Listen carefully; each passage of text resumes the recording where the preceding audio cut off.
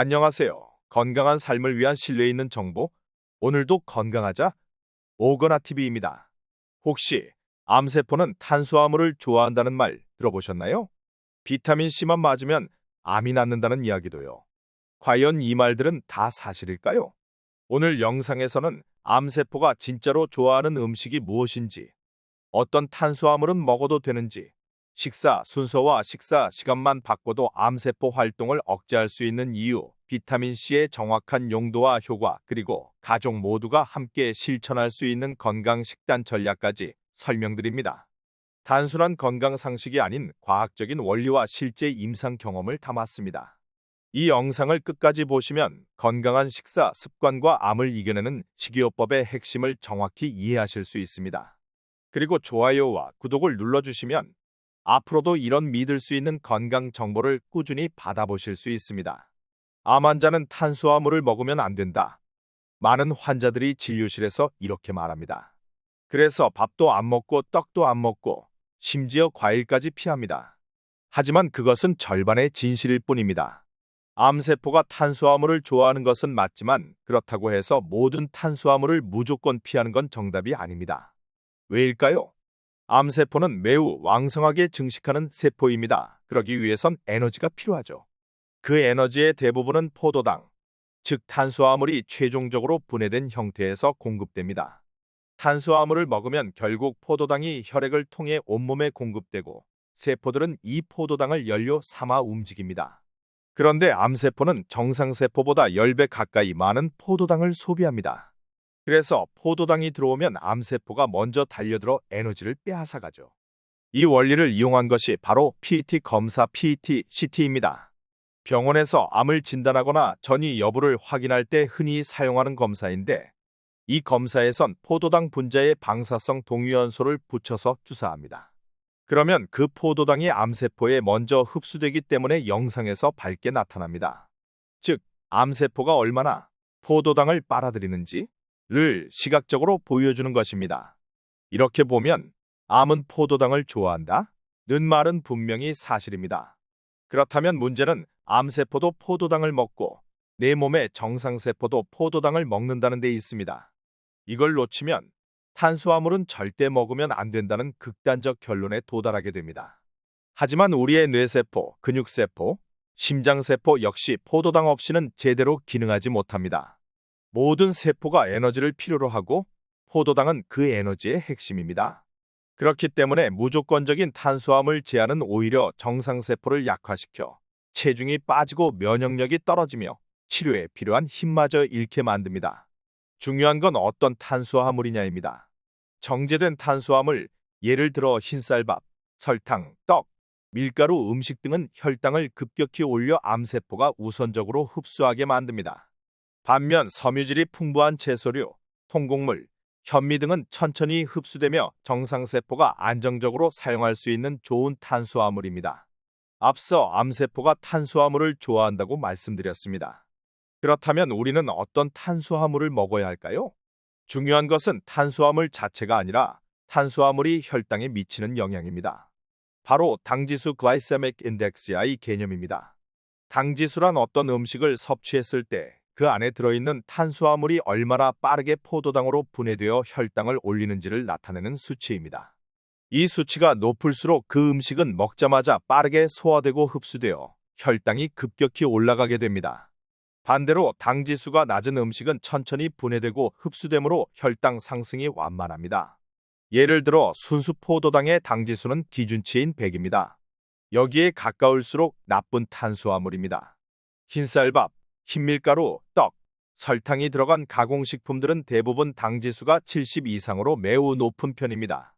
이들 음식은 섭취 후 빠르게 혈당을 상승시키며 그 결과 암세포가 포도당을 먼저 흡수하게 됩니다. PET 검사에서 암세포가 먼저 포도당을 빨아들이는 이유와 같은 원리입니다. 반대로 현미, 고구마, 귀리, 퀴노아, 채소류 등은 당지수가 낮아 혈당을 천천히 올립니다. 이런 음식들은 포도당이 서서히 방출되어 정상세포가 에너지원으로 골고루 사용할 수 있게 합니다. 즉, 당지수가 낮은 탄수화물은 정상세포에는 충분한 에너지를 공급하면서도 암세포가 독식할 기회를 줄여줍니다. 문제는 많은 환자들이 탄수화물은 다 나쁘다 고 생각해 당지수 개념 없이 무조건 모든 탄수화물을 피하는 경우입니다. 이럴 경우 몸에 필요한 에너지가 부족해지고 근육은 빠지고 면역력도 떨어져 오히려 암 치료에 방해가 됩니다. 또 한 가지 중요한 포인트는 혈당 스파이크입니다. 이것은 음식을 먹은 후 혈당이 급격히 치솟았다가 빠르게 떨어지는 현상입니다. 이 스파이크는 인슐린 분비를 자극하고 이때 함께 분비되는 IGF-1이라는 성장인자가 암세포의 증식에 영향을 줄 수 있습니다. 즉, 단순히 포도당을 공급하는 것뿐 아니라 암세포 성장 환경 자체를 악화시킬 수 있는 위험 요소입니다.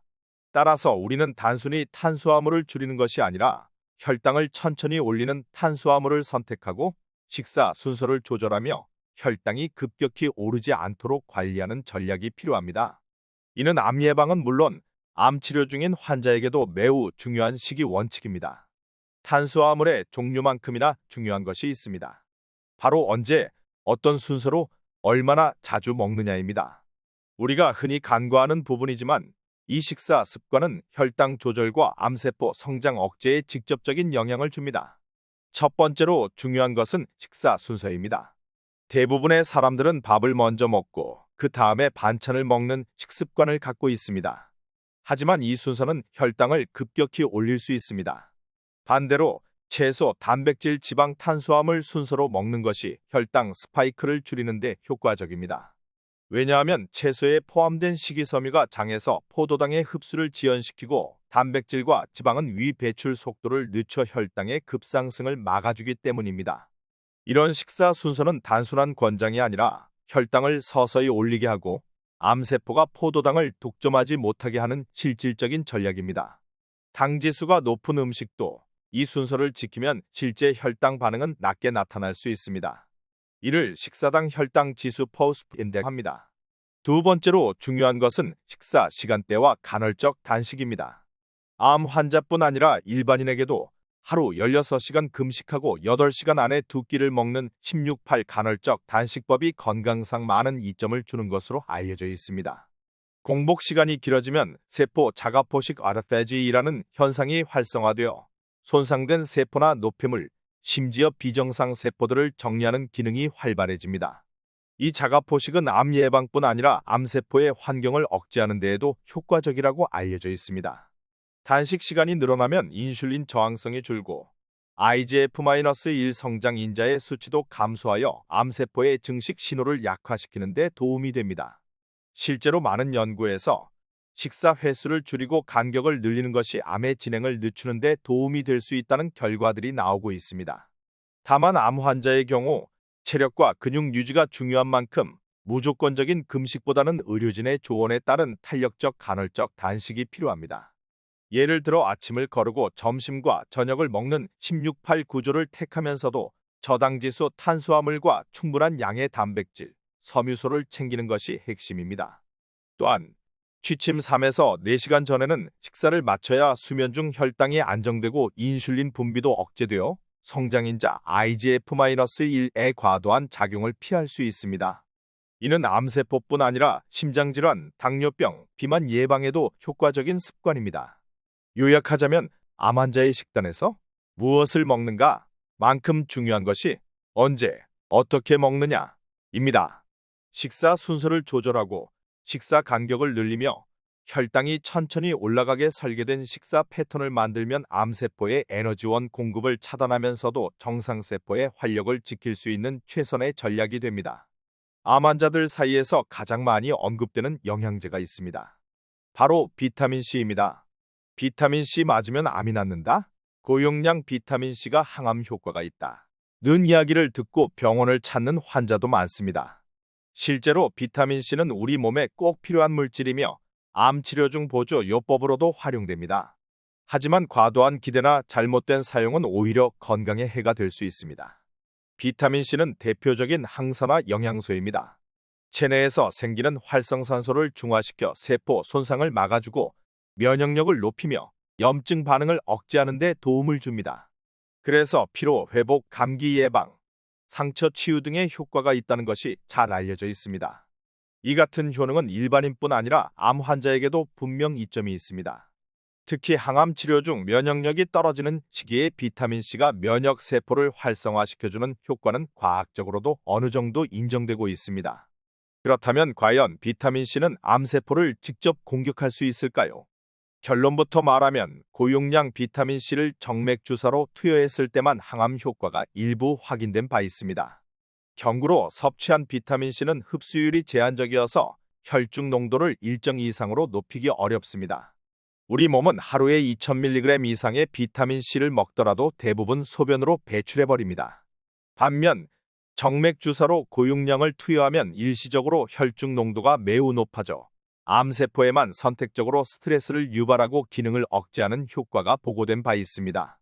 하지만 중요한 건 이 효과는 어디까지나 보조적인 치료일 뿐이라는 점입니다. 항암제나 방사선처럼 강력한 세포 파괴 효과를 기대하긴 어렵습니다.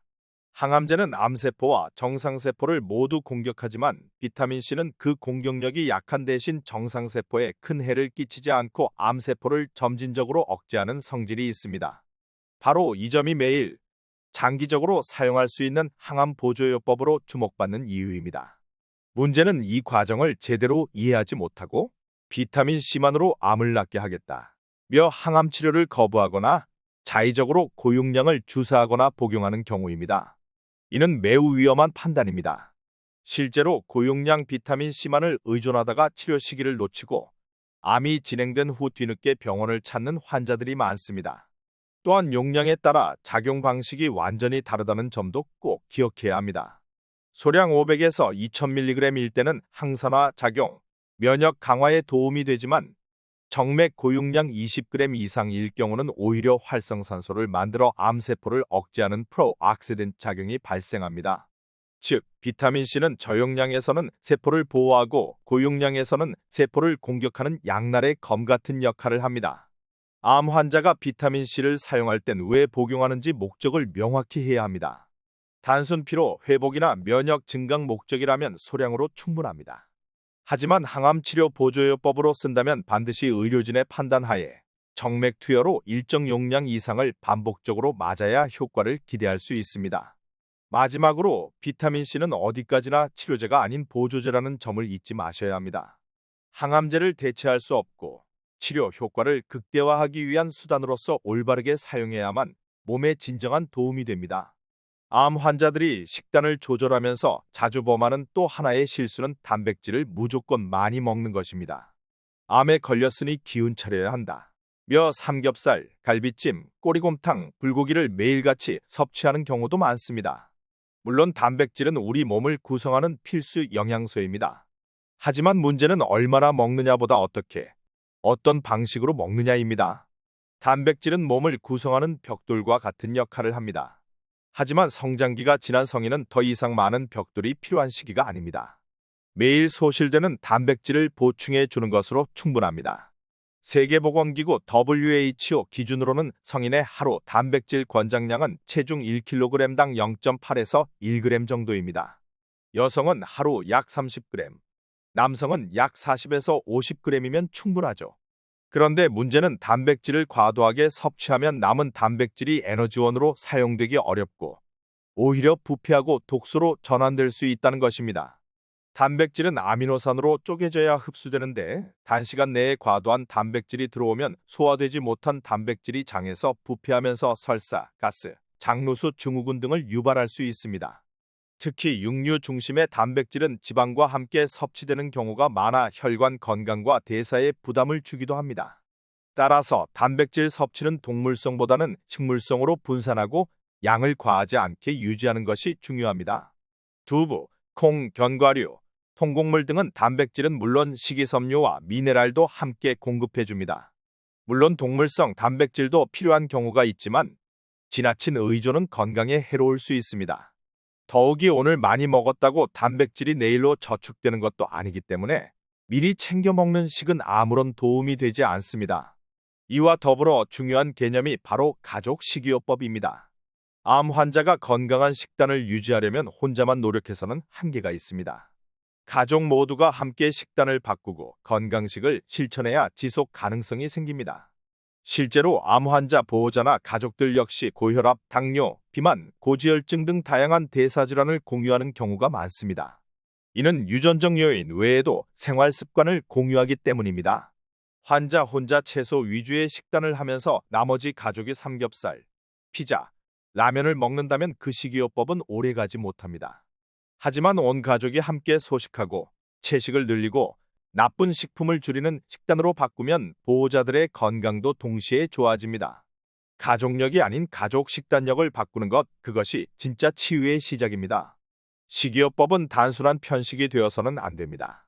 일정한 기간, 적절한 양, 그리고 영양 균형이 중요합니다. 특히 암치료 중이라면 전문가의 조언을 바탕으로 한 체계적인 식단 설계가 필수입니다. 극단적인 채식, 무염식, 무탄수화물 식단은 단기간에는 효과가 있어 보일 수 있지만 장기적으로는 영양 결핍과 체력 저하로 이어져 오히려 건강을 해칠 수 있습니다. 결국 건강한 식단은 무엇을 먹느냐 보다 무엇을 피하느냐에서 시작됩니다. 암세포가 좋아하는 음식, 암을 성장시키는 인자들을 줄이고 정상세포가 활발히 기능할 수 있도록 혈당을 천천히 올리고 해독과 면역을 돕는 채소 중심 식단을 가족과 함께 실천하는 것이 가장 강력한 치료 전략입니다. 영상을 끝까지 시청해 주셔서 진심으로 감사합니다. 여러분의 소중한 시간만큼 건강에도 꼭 도움이 되었길 바랍니다. 오늘 들으신 내용은 나 혼자만 알고 있기엔 아깝죠? 사랑하는 가족, 친구들과 함께 이 영상을 공유하시고 함께 건강한 삶을 만들어 가시면 더 큰 힘이 됩니다. 그리고 좋아요와 구독, 알림 설정까지 해주시면 앞으로도 정확하고 믿을 수 있는 건강 정보로 찾아뵙겠습니다. 우리 모두 건강하게 오래오래 살아봐요.